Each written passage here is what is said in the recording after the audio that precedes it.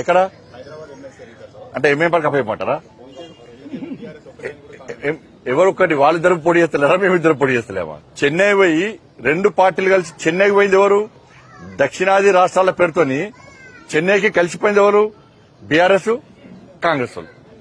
మళ్ళా హైదరాబాద్ లో దక్షిణాది రాష్ట్రాల మీటింగ్ పెట్టేది ఎవరు? బీఆర్ఎస్ వాళ్ళు కాంగ్రెస్ వాళ్ళు.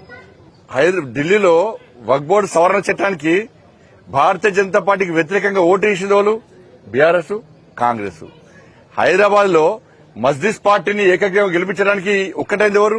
బీఆర్ఎస్ కాంగ్రెస్. ఈ దేశాన్ని, ఈ తెలంగాణ రాష్ట్రాన్ని మజ్లిస్ కబంధ హస్తాల నుంచి కాపాడే లక్ష్యంగా భారతీయ జనతా పార్టీ ఉన్నది. కానీ తెలంగాణ రాష్ట్రాన్ని మజ్లిస్ కు అప్పయ్యపడానికి కాంగ్రెస్, బీఆర్ఎస్ లు పోటీ పడుతున్నాయి. అంటే ఇద్దరు పోటీ చేయకుండా మజ్లిస్ ఏకగ్రీవం గెలిపించడానికి ఈ తెలంగాణ రాష్ట్రాన్ని, హైదరాబాద్ భాగ్యనగరాన్ని మజ్లిస్ కు అప్పయ్యపడని చూస్తే దాన్ని అడ్డుకోవడానికే భారతీయ జనతా పార్టీ ఉంది. మేము గెలుస్తాం కూడా. దేశ ద్రోహ పార్టీ మజ్లిస్ పార్టీ.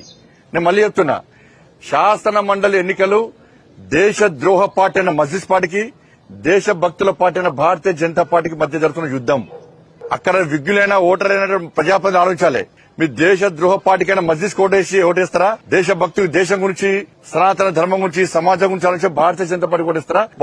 వాళ్ళ విజ్ఞతగా వదిలేస్తున్నాం. మేము మజ్లిస్ కు కబంధాస్తాలకు అప్పచెప్తా అంటే వాళ్ళ నుంచి కాపాడమే మా లక్ష్యం. అది మాట్లాడే వాళ్ళు ఆలోచించాలి. మజ్లిస్ అప్పచెప్పంటారా? మీలాగా ఇద్దరు ఒకటే. వాళ్ళ బీఆర్ఎస్ పార్టీ కేసు నుంచి కాపాడేది ఎవరు? కాంగ్రెస్ పార్టీ. విచారణ జరపకుండా ఫోన్ ట్యాపింగ్ కేసులో మొత్తం ఏమని నిందితులు తప్ప మిగతా అందరికి బెయిల్ వచ్చేసింది. ఎవరు సహకరించారు? కాంగ్రెస్ పార్టీ. ఎవరు ఒకటనే విషయంలో ప్రజలకు క్లారిటీ ఉన్నది.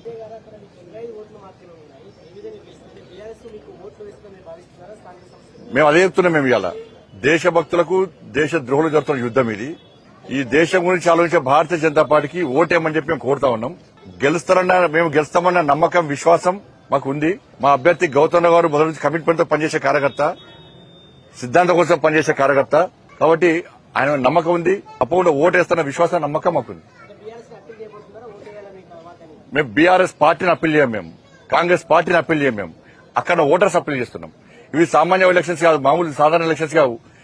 ప్రజల చేత ఎన్నుకోబడ్డ ప్రజాప్రతినిధులు ఓటేసేవాళ్ళు, వాళ్ళ విజ్ఞతకే వదిలేస్తున్నాం. మేము రేషన్ షాపుల దగ్గర ప్రధానమంత్రి నరేంద్ర మోడీ ఫోటో పెట్టడం విషయంలో పలు ప్రాంతాల్లో తోపులాటలు.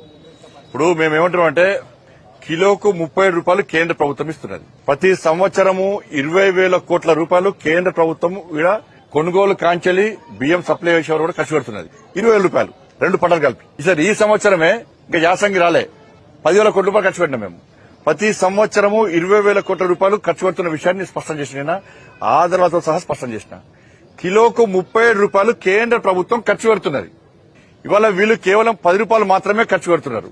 మరి 30 రూపాయలు ఖర్చు పెట్టి పేద ప్రజలకు మోడీ బియ్యం, ఇలా కామన్ నానుడి, అది గ్రామాలలో ఏ బియ్యం ఇస్తున్నారో మోడీ బియ్యం ఇస్తున్నారు అంటున్నారు. ఈ సన్న బియ్యం ఎప్పుడు వేయాలి?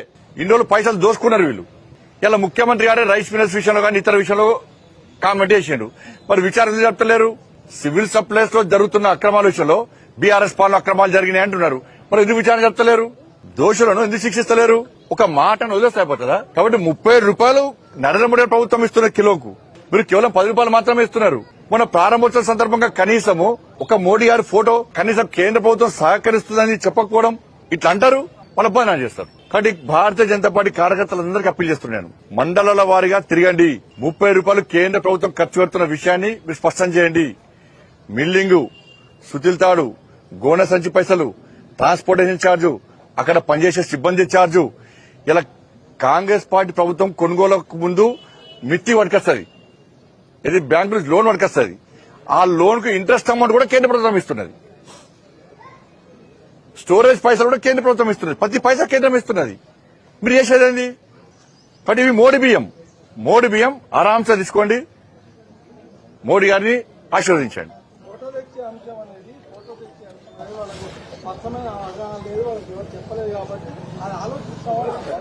ఎవరు? ఏ ఫోటో?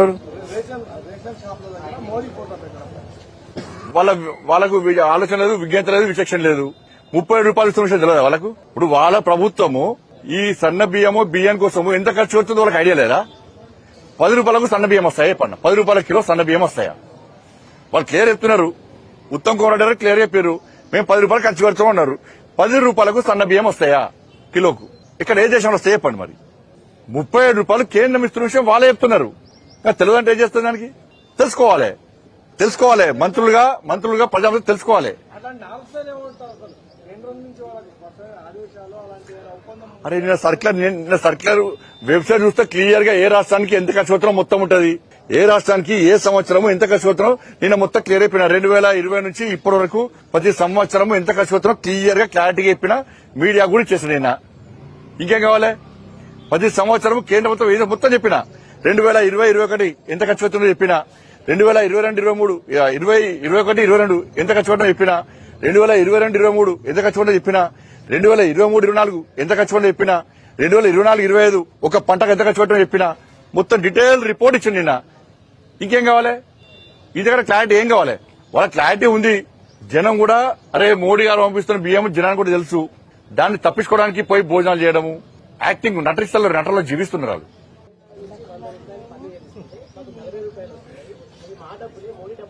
ఇప్పుడు హైదరాబాద్ కు తెలంగాణ రాష్ట్రంలో హైదరాబాద్ పనులు ఎక్కువ వస్తాయి, ఆదాయం ఎక్కువ. ఆదిలాబాద్ వెనుకబడిన ప్రాంతము, ములుగు లాంటి ప్రజలు వెనుకబడిన ప్రాంతము. వారి పైసలు ఇస్తలేరా? హైదరాబాద్ ఏమనాలి? మొత్తం పైసలు కలిసి మాకే ఇర్రి, ఆదిలాబాద్కి ఎందుకు ఇస్తారు, ములుగుకి ఎందుకు ఇస్తారు, మహబూబాద్కి ఎందుకు ఇస్తారు అంటే ఒప్పుకుంటారా? వెనుకబడ్డ ప్రాంతం ఏంది? అదే అంటున్నా. మరి హైదరాబాద్ లో పనులు ఎక్కువ వస్తే హైదరాబాద్ ఎక్కువ పనులు కట్టే ఇస్తే హైదరాబాద్కి ఇస్తున్నా పైసలు, తెలంగాణ మొత్తం ఇస్తలేరా? హైదరాబాద్ అడుగుతుర్రా? మేము కట్టిన పైసలు మాకే ఇవ్వకుండా హైదరాబాద్కి ఎందుకు అడుగుతున్నారు వాళ్ళనా? వెనుకబడ్డ ప్రాంతంలో ఎక్కడున్నాయో ఆ ప్రాంతాలను అభివృద్ధి చేయాల్సిన బాధ్యత ప్రభుత్వాల మీద ఉంటుంది. వీళ్ళు నడిచే రోడ్లు ఎక్కడ చేస్తున్నాయి? వీళ్ళు తిరిగే రైలు ఎవరిస్తున్నారు పైసలు? జాతీయ ఓలిస్తున్నారు, రైల్వేకి ఓలిస్తున్నారు. ఇలా హైదరాబాద్ విమానాశ్రయం కడుతున్నాం, ఎవరిచ్చిన పైసలు? ఇలా కాంగ్రెస్ ప్రభుత్వం ఈ రాష్ట్రంలో ఎన్నికలకు ముందు ఇచ్చినట్టు హామీలు ఎంత కష్టమైనా కేసీఆర్ అనేటువంటి మాజీ ముఖ్యమంత్రి ఈ రాష్ట్రాన్ని దివాలా తీసి ఈ రాష్ట్రాన్ని ఆర్థిక విధ్వంసం సృష్టించి ఎక్కడ లేకుండా దీనస్థితిలో పెట్టిపోయినా కష్ట నష్టాలకు ఓర్చి కూడా మేమిచ్చిన వాగ్దానం ఒకటొకటిగా ఇస్తా ఉన్నాము. మేమిచ్చిన మాట ఎక్కడ కూడా జారవిడ్చకుండా ముందుకు పోతా ఉన్నాము. కేంద్రం సాయం ఇచ్చినా ఇవ్వకపోయినా, సవతిపల్లి ప్రేమ ప్రకటించినా, మీరు చూసినా చూడకపోయినా మాది మేము సర్దుకుంటూ ముందుకు పోతున్నటువంటి తరుణం. రాష్ట్రంలో ఆనాడు సంవత్సరాల కింద ఇచ్చిన ఉచిత బస్సు నుంచి నిన్న ఇచ్చిన సన్న బియ్యాల వరకు పేదల సంక్షేమ ధ్యేయంగా పనిచేస్తా ఉన్నాం. ప్రతి పేదవారి కడుపు నిండే ప్రక్రియ మేము పనిచేస్తా ఉన్నాం. రాజీవ్ యువ వికాసం తీసుకొచ్చినాం. బీదవారిని ఆదుకునే ప్రయత్నం చేస్తా ఉన్నాం. టీఆర్ఎస్ ప్రభుత్వం 10 ఏళ్లు ఇయ్యలేని ఉద్యోగాలు మేము మొన్న ఇస్తే కిషన్ రెడ్డి గారు మీ కళ్ళు కనబడట్లేదా? నిజమైన తెలంగాణ నినాదాన్ని మేము అమలు చేయట్లేదా? ఎప్పుడు కూడా చీకటి ఒప్పందం. మీకు హెచ్సిఏ భూముల గురించి మాట్లాడుతూ ఉన్నారు. అరే ఈ హైదరాబాద్ ఇన్ అండ్ అరౌండ్ 10 నుంచి 20 వేల ఎకరాలు ప్రభుత్వ భూములు, చక్కటి గుట్టలు, చెరువులు కబలించేస్తే ఆనాడు నోరు మెదపల కిషన్ రెడ్డి గారు, సంజయ్ గారు ఏమైపోయింది? ఎందుకు వేళ మాట్లాడుతున్నారు? ప్రభుత్వ భూమిని ప్రభుత్వం తీసుకుని ఎందుకు మాట్లాడుతూ ఉన్నారు? రింగ్ రోడ్డు గుండా పోతుంటే గుట్టలన్నీ కరిగిపోతా ఉన్నాయి. కేటీఆర్ ప్రైవేట్ వ్యక్తుల చేతుల్లోకి ఇచ్చిన భూములన్నీ కరిగిపోతా ఉన్నాయి. బుల్డోజర్లు, టిప్పర్లు నడుస్తూ ఉన్నాయి. చూడండి, అప్ప జంక్షన్ నుంచి ఎయిర్పోర్ట్ పోతా ఉంటే లెఫ్ట్ రైట్ గుట్టలు కరిగిపోతా ఉన్నాయి. ఎవరి నిర్వాహకం ఇది? కిషన్ రెడ్డి గారు ఎయిర్పోర్ట్ పోతే మీకు కనబడట్లేదా? లెఫ్ట్ రైట్ డెవలప్మెంట్ యాక్టివిటీ ఎందుకు మాట్లాడతలేరు? 10,000 ఎకరాలకు పైన హైదరాబాద్ సంబంధించిన ప్రభుత్వ భూములు, ఖరీదైన భూములు, ప్రకృతి నిలవైనట్టు భూములు అమ్మిన పాపన కేటీఆర్ పోలేదా? కేసీఆర్ పోలేదా? ఎందుకు మాట్లాడలేదు ఆ రోజు మీరు? ఇవ్వనెందుకు మాట్లాడుతూ ఉన్నారు? ఇవెందుకు గొంతెత్తుతా ఉన్నారు? ఎన్ని లక్షల ఎకరాలు ఈ రాష్ట్రంలో డిఫారెస్ట్ అయినాయి. ఫారెస్ట్ భూముల్ని ఎన్ని లక్షల ఎకరాల భూముల్ని ప్రైవేటు పరం చేశారు గత ప్రభుత్వం. కేంద్రంలో మంత్రి ఉన్న మీరు ఎందుకు మాట్లాడలేదు? అప్పుడు కళ్ళు మూసుకున్నాయా? నోరు మూతపడిందా?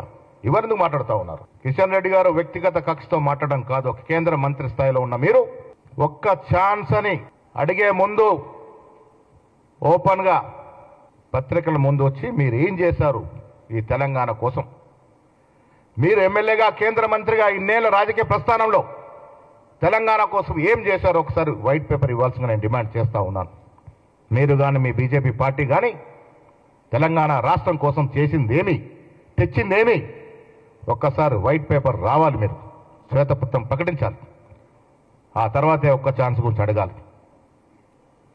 మంత్రులుగా ఉండి సంజయ్ గారు మంత్రి అనే స్థాయి కూడా మర్చిపోయి అక్కడేదో ఉనికిపోతా ఉందని విచ్చలుడుగా మాట్లాడుతూ ఉన్నారు. ఏఐసిసి నడుపుతుంది రాష్ట్రాన్ని అంటా ఉన్నారు. నేను మీ ద్వారా బండి సంజయ్ అడుగుతా ఉన్నారు. అమిత్ షా మోడీ అనుగ్రహం అయితే బ్రేక్ఫాస్ట్ కూడా చేయరు మీరు. మీ పరిస్థితి తెలియదా? అమిత్ షా చెప్పులు తీసి చెప్పులు తొడిగినటువంటి పరిస్థితి మీది. కేంద్ర నాయకులకి చెప్పులు తడినటువంటి పరిస్థితి. ఫోటోలు వీడియోలు చూడలేదా మనం? మాది ప్రజాస్వామ్యాన్ని నమ్ముకున్న పార్టీ. సమిష్టి నిర్ణయాలు ఉంటాయి. ఎస్, భాజపా ఏఐసిసి పిసిసి కలయికతో నిర్ణయాలు చేస్తాం. మాదొక పద్ధతి. ఇలా మా ప్రభుత్వం ఉంది ఇక్కడ. ఉన్నప్పుడు కూడా మీనాక్షి నటరాజన్ వచ్చి అందరికీ విన్నతులు అందరు చెప్పే విషయాలు ఎందుకంటా ఉన్నాం? ఇది ప్రజాస్వామ్యం. ప్రజాస్వామిక స్వేచ్ఛ ఉంది కాబట్టి వింటా ఉన్నాం. కేటీఆర్ లాగానో కేసీఆర్ లాగానో సంజయ్ లాగానో డిక్టేటర్షిప్ ఉండదు మా పార్టీలో. ఏ నిర్ణయమైనా సమిష్టిగా చేస్తాం. ఆ అలవాటు ఉంది మాకు. రియల్ ప్రజా సంక్షేమ కార్యక్రమాల్లో కాంగ్రెస్ పార్టీ దూసుకుపోతా ఉంటే మాట్లాడరు. 10 ఏళ్ళు 60,000 ఉద్యోగాలు ఇవ్వాలని పరిస్థితి కేటీఆర్ది అయితే, కేసీఆర్ది అయితే మేము 11 మాసాలు 60,000 ఉద్యోగాలు ఇచ్చాం. ఒక్కసారి కితాబ్ ఇవ్వండి దానికి. ఉచితంగా మహిళా బస్సు అనేది చరిత్రాత్మక నిర్ణయం. సన్న బియ్యాలు కేంద్రం మోడీ ఫోటో పెట్టుకోవాలంటాడు సంజయ్. రేపటి నుంచి మీరు దేశవ్యాప్తంగా ఇంప్లిమెంట్ చేయండి. సన్న బియ్యాలు ఇవ్వడం అన్ని రాష్ట్రాల్లో ఇంప్లిమెంట్ చేయండి. ఎవరొద్దంటున్నారు? సన్న బియ్యాల కార్యక్రమం అన్ని రాష్ట్రాల్లో పెట్టండి. కనీసం మీ అధికారం రాష్ట్రాల్లో పెట్టండి. అది చేత కాదు కానీ ఇక్కడ మోడీ ఫోటో పెట్టాలంటారు.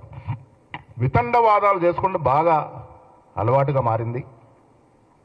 అయిన దానికి కాందానికి కేంద్ర మంత్రి స్థాయిలో మాట్లాడడం అనేది మంచిది కాదు.